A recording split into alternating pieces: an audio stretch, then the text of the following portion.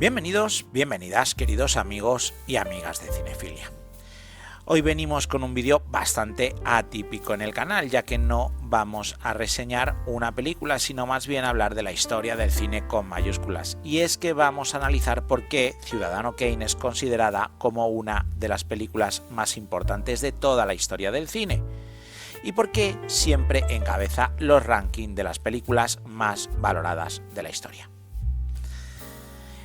Y antes de empezar quiero hacer una aclaración. Veréis, muchas veces me he encontrado en conversaciones en las que ha salido a relucir cosas como gustos personales o visión actual de una película rodada hace más de 80 años. Y es que un hito del cine como el Ciudadano Kane no tiene por qué ser de tu gusto. Tampoco tiene que ser la que más valores. Tampoco tiene que ser un film que te cambió la vida, incluso te puede aburrir sobremanera. Pero no caigas en el error de pensar que está sobrevalorada. Y para que puedas entender mejor la importancia de esta película en el cine, he realizado este vídeo en el que podrás comprender tanto su valor histórico como el artístico, aunque no te guste el film. Veréis, desde que Sigmund Lewis realizara lo que se considera el primer largometraje del cine en 1903, con su adaptación cinematográfica de La Pasión de Cristo, los cambios tanto técnicos como narrativos ocurrían de una forma bastante paulatina. El séptimo arte se alimentaba de diferentes formas de ver el cine en cada una de las regiones, desde las que buscaban el simple espectáculo de feria, que es como se desarrolló este arte en un principio, a las más contemplativas, naturalistas o artísticas, siendo famosos los movimientos cinematográficos de la versión cinéfila, por ejemplo, de Francia, Alemania, rusa o estadounidense, por poner simplemente un ejemplo. Y desde aquel lejano año del principio del siglo XX hasta 1941, 38 años después de aquel primer largometraje, va y ocurre algo excepcional. Un film que sin inventar nada lo cambió todo. Un film tan adelantado en muchos aspectos que no fue un éxito de masas en su momento y que solamente el tiempo ha sabido dar su sitio en la historia a este film que se tituló Ciudadano Kane. Y para entender cómo pudo nacer este extrañísimo acontecimiento en el que podemos decir que marcó la modernidad en el cine, es necesario comprender un poco la vida de su creador, Orson Welles. Veréis, desde muy joven Welles destacó en la escena teatral tanto como actor como de director en diferentes obras que le llevaron desde Dublín a Broadway. Su voz y la forma de interpretar le abrieron la ventana de la radio, el medio de comunicación de masas en los lejanos años 30. Hasta que llegó un momento cumbre en su carrera, que se dio un 30 de octubre de 1938. Veréis, con su grupo teatral de Mercury, crearon una adaptación radiofónica de la novela de la Guerra de los Mundos de H.G. Wells, y aquella narración creó una sensación en la CBS.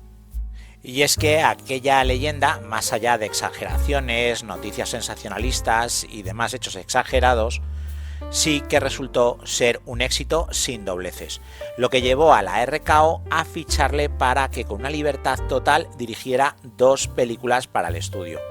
Y la primera de ellas sería Ciudadano Kane. Así que veréis, nuestro querido Orson, con 24 años y una experiencia nula en el cine, tenía a su disposición uno de los planteles técnicos y artísticos de los más eficaces de la época. Y es que no en vano la RKO era uno de los grandes 5 estudios de cine de los Estados Unidos. La idea de Welles era contar una idealización de la vida de por aquel entonces magnate de los medios de comunicación William Randolph Hearst. Y para dar forma a esa historia se contrató al grandísimo Mankiewicz. Por cierto, no confundir con el director Joseph Mankiewicz, ya que hablamos de Herman J. Mankiewicz, uno de los guionistas clásicos de la época, ya que había trabajado en el mudo con gran éxito. Y que en 1933 tuvo uno de los grandes hitos con Cena a las 8, un film dirigido por Cukor. Y que su escritura del guión de esta película podemos verla en la película Mank, por lo que no vamos a incidir mucho en la historia de creación del guión, ya que tampoco es necesario para el vídeo de hoy. El caso es que Ciudadano Kane es todo un alarde dentro del cine, una revolución que inspiró a cineastas de todas las épocas. Y aunque ahora, 80 años después, ha perdido toda la frescura, en aquel momento fue toda una revolución. Y ahora, si os parece bien, vamos a narrar algunas de esas técnicas que, como hemos dicho al principio, no es la primera vez que se hacían en el cine, pero sí de una manera tan palpable. Y aquel primer avance lo tenemos en la escritura del guión. Veréis, hasta ese momento los géneros eran férreos en sí mismos. Sí es cierto que podían mezclarse en algún momento, pero de una forma leve. Pero es que en Ciudadano Kane pasamos del terror al drama, pasando por el romance y por supuesto al falso documental. A veces es una película de investigación y otras es como un personaje se hace a sí mismo. Esta mezcla de estilos llena toda la obra de principio a fin. Por otro lado está la no linealidad de la trama. La película a veces ocurre de una forma lineal, pero gran parte de la obra son flashbacks que nos trasladan continuamente por el tiempo, desordenando completamente la historia. Un hecho también muy poco común en la época. Por otro lado tenemos la técnica visual de Orson Welles. Veréis, al no conocer el medio pedía cosas imposibles a los técnicos que debían de ingeniárselas para sacar adelante el plano. Algunos de estos alardes técnicos serían el enfoque profundo, un reto que consiguió sacar adelante Greg Toland usando una lente de 24 milímetros, y debido al gran espacio de enfoque tuvieron que crear techos en los decorados, que dio un aspecto único en algunos momentos del film. Sí que es cierto que en alguna obra ya se habían visto los techos, pero no de esta forma tan visual y tan constante.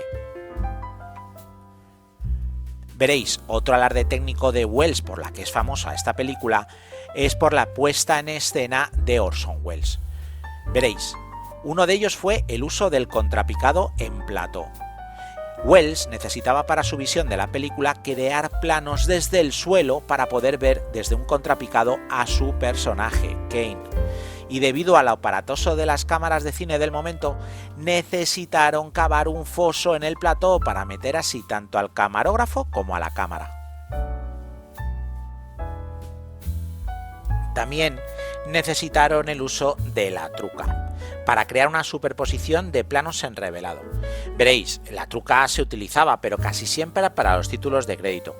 La truca era un aparato que conseguía rodar una imagen sobre un celuloide, como si rodáramos una película dentro de una película. De esa forma se conseguían transiciones increíbles teniendo dos proyecciones en pantalla de una forma simultánea. Sí que es cierto que se había utilizado y, como digo, en los títulos de crédito era bastante común, pero la forma de crear una narrativa con este aparato no era para nada de uso común, como casi nada de lo que estamos contando. Por otro lado, el uso de las retroproyecciones. Y algo que ahora nos puede parecer extraño, pero que para mí es el principio de todo, el diálogo superpuesto. Veréis, la rigidez de los estudios de Hollywood de los años 30 usaban el sonido como algo sagrado. Recordar que era un avance temprano en el tiempo y querían que todo se escuchara perfectamente. Los diálogos tenían su tiempo y no se pisaban y las conversaciones no se mezclaban unas con otras.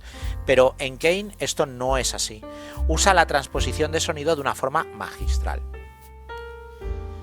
Y bueno, todos estos alardes técnicos ahora son de uso común, pero ¿os imagináis ese estudiante de cine o ese aficionado del séptimo arte a principios de los 40 e ir a ver una película de cine y encontrarse con todos estos alardes técnicos?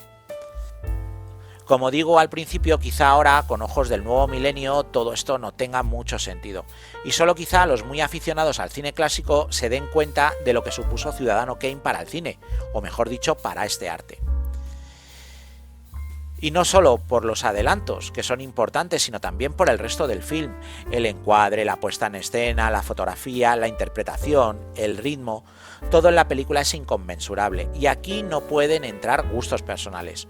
Como os decía al principio, la película te puede gustar o no, puedes disfrutarla o no, pero su consideración como obra cumbre es porque es una película pionera y revolucionaria, y va mucho más allá de gustos, filias y fobias personales. Así que nada, espero que con este vídeo entiendas simplemente por qué esta obra es tan importante dentro del cine.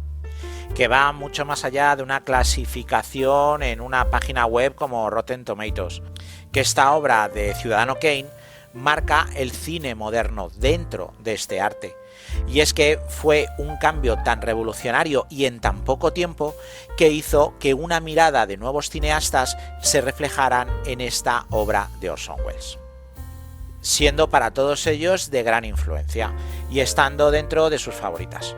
Y bueno, espero que os haya gustado este vídeo, que si es así, pues me regales un like, y si no estás suscrito aún, pues sería una muy buena idea que lo hicieras, que le dieras al botón y a la campanita y pertenecieras a nuestra comunidad de cinéfilos que formamos Cinefilia, y así no te vas a perder nunca las reseñas que subimos de cine, que es lo habitual dentro de este canal. Y bueno, con este último consejo que os voy a dar, que no es otro que ver la película y que os dejéis llevar por esa aventura que es la investigación de qué es Rosebud, os dejo con un deseo que en este vídeo cobra aún más sentido que nunca, que no es otro que vivas el cine.